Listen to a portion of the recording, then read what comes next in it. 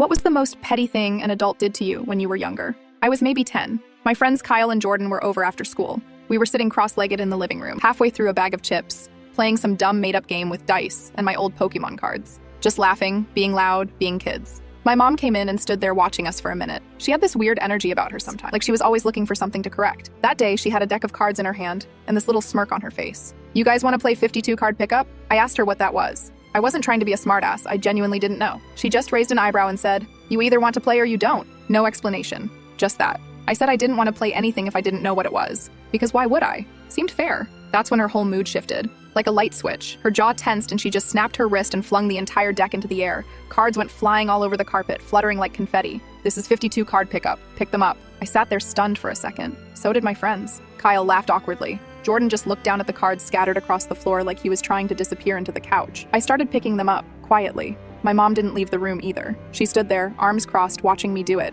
The whole time. Like she was daring me to say something back. At one point, I hesitated near the couch, and she said, if I didn't put them back exactly how I found them, I'd be grounded. So I picked up each card, one by one, put them back in the box, and straightened the corners. It probably took 5 minutes, but it felt like forever. Nobody said anything the whole time.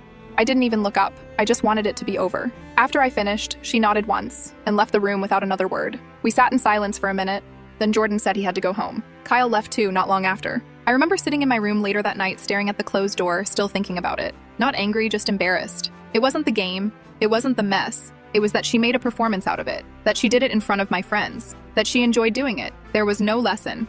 No joke. Just control. I never touched that deck of cards again. Edit. Thanks for all the awards and comments. A lot of people are talking about how abusive my mom sounds, and it led to interesting discussions with my husband today. He agrees that my mom was abusive and feels she was way worse than his dad. I think his dad was worse. Admittedly, my family and neighborhood set the bar low on good parenting. Most of my uncles and both of my grandmas were physically abusive. I have cousins that were raped by their own brothers and made to repent as young children for their hand in their own sexual assault. Great job, Mormons. And other cousins who weren't allowed to finish high school. We took in a lot of cousins. My parents also made it very clear who in the family wasn't safe, wasn't to be trusted or listened to, and which uncles could use a solid kick to the dick before I ever give them a hug. My neighborhood has gangs and drive-by shootings and drug dealers and girls selling themselves in junior high. My mom parented by fear the whole neighborhood equally. I don't care if you're the leader of the mafia, my mom will scream in your face. Try her. Nobody shot a gun at our house during drive-bys, and no one gave her babies drugs. I literally believed marijuana was BBQ because my whole neighborhood successfully lied to me. But that's another story. I'm 1000% positive the whole neighborhood didn't want to be on her bad side,